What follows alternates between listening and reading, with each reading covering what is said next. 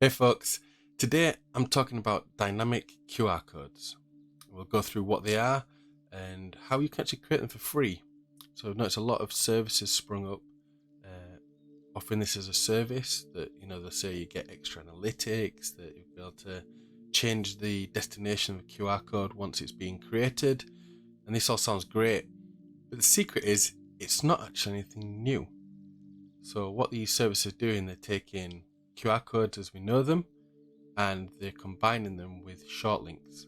I wrote an article back in 2021 about this, so let's take a read of the article. These are some of the topics I'm going to cover in this video. Let's start with going a little bit more detail into the QR codes.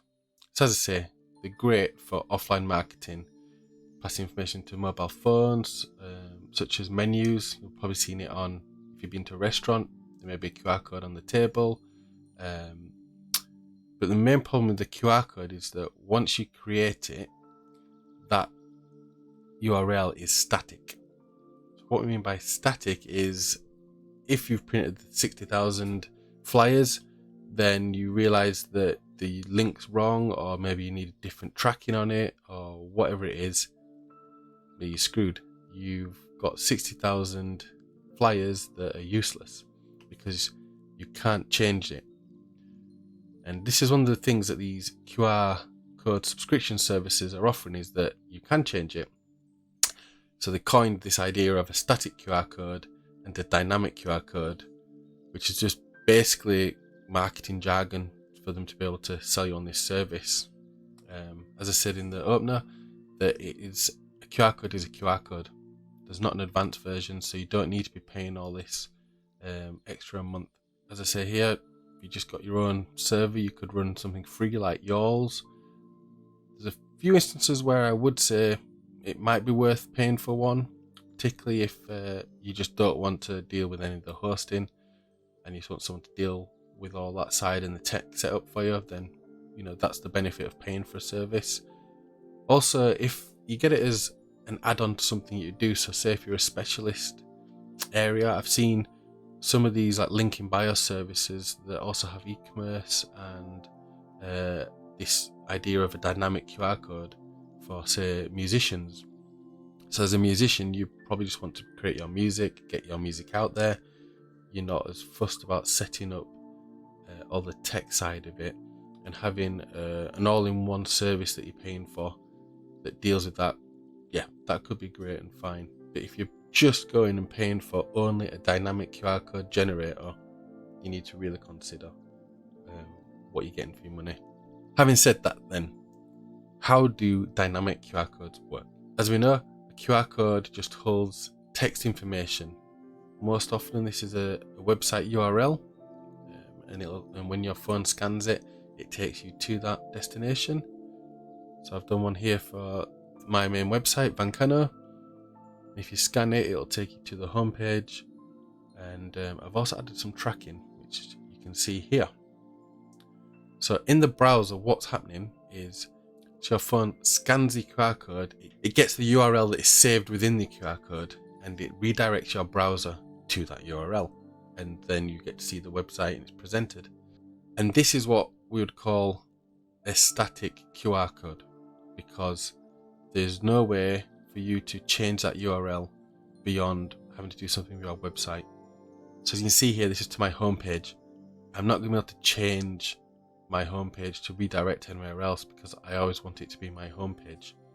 So if that QR code goes out and I decide that this tracking isn't what I want, well, the QR code is the QR code. I've got no way to easily change it without causing a lot of other user experience problems. So let's look at a dynamic QR code. I've created one here. It won't work now because my shortlink service that I used to set this up, I'm not running at the moment. But one of the interesting things is, if you compare this with my previous QR code, this one is also a lot simpler in how it looks. There's not as much information being held because the text information is actually shorter. And here's what's happening with your browser this time. So again, you've got the QR code, you scan it with your phone, but this time I'm using my shortlink, which I used to use vcno.uk, and in this one was /46.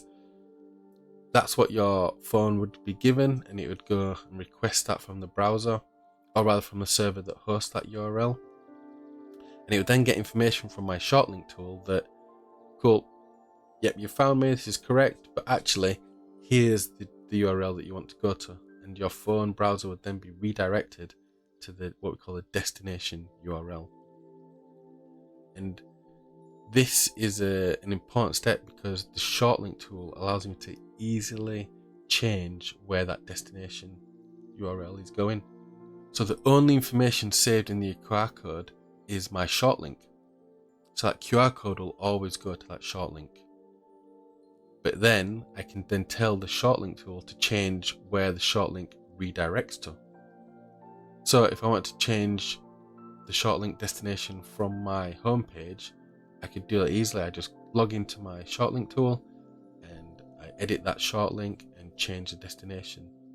And now those 60,000 flyers that we had at the start of the video, those can be easily edited if I realize that my tracking's wrong or that the campaign's changed and we need to send them to a new landing page.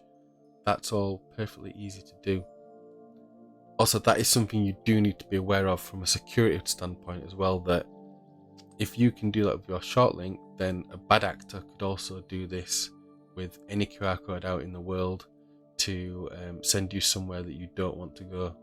And that is essentially it. That is how simple it is to create what they call a dynamic QR code, and how you get your analytics and stuff. So yours, which is the service I used to use, but most of these shortlink tools, they'll provide analytics such as how many people have clicked on your shortlink, a rough idea of where those people are in the world. So that can help you to see how successful your shortlink is. Plus also, as you can see in my example, I've got tracked information on the end of my destination URL. So I know that someone's come through that QR code. I will talk about tracked links, but we'll do it in a different video because it'll be useful to have it more detailed. So keep an eye out for that video. So how do you create a QR code? And I'm going to show you here how to create one with InDesign. So if you're an Adobe user, then this will be straightforward. If you're not an Adobe user, there are other ways. I'll show you an example of a free QR code generator using Wix. First step, create a new document. I like to use 210mm by 210mm. I like to keep it nice and square. And 210mm is the short side of an A4 piece of paper. And so you end up with a blank document looking something like this. So at the top menu, I go to Object and then into Generate QR Code. And you end up with a box that looks like this. If you want to send someone to your shortlink, then you need to have it set up as the web hyperlink. There are a number of other different drop downs that InDesign allows you to do, but for our purposes, the web hyperlink is what you need and what you want. Simply paste your shortlink into the URL box and press OK. And what you find then is that your cursor has a QR code attached to it, and wherever you click, that's where the QR code will appear. And so for me, it looked like this, and then I usually like to just drag it out and make it a bit bigger.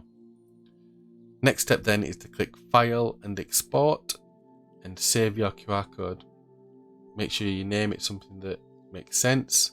Click OK, and then you get another pop-up which looks something similar to this, and this is where you get to set the quality of the QR code.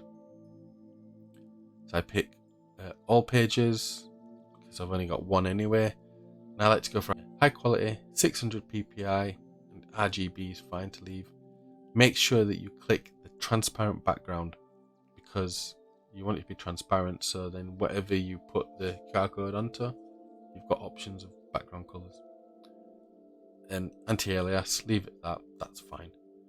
Then click Export. And at that point, you now have your own dynamic QR code. So as I said earlier, the way to change your destination URL. So the destination URL is where the user ends up after they've clicked or they've scanned your QR code, you just log into whatever shortlink tool you've created it with and update the shortlink. And again, nice and simple. As I say, Wix have their own QR code generator. It tends to be quite a nice little QR code generator. You can click then, it'll drop you down, or just scroll. You can see here. So we've gone for URL. Put your URL in there and it will choose the sizes and what you want for your background. Then you click download, but you will need to create a free Wix account to use this. Similarly, if you're a Canva user, Canva has an app for generating QR codes, which is free. Just add it into whichever design you want to create. At least with the big companies such as Canva or Wix, at least you've got some credibility behind the website that's generating the QR code for you, rather than just some random QR code website you found on the web. So that just gives you a little bit of comfort, I guess, with knowing that whatever you're downloading to your computer isn't going to have viruses or. And there you have it. That's the crux of creating a dynamic QR code, so that you can change where your QR codes go to, which is, as I say, very useful for anyone creating offline marketing, or instances where you may later need to change the destination. I find this is just good practice. There's so many times that I've had marketing colleagues create a QR code, get something printed, and then realize that it just doesn't work for whatever reason. And the thing that annoys me most then is someone coming asking them for a hard redirect added onto the website, when they could have just solved this with a nice simple short link added in to create a dynamic QR code.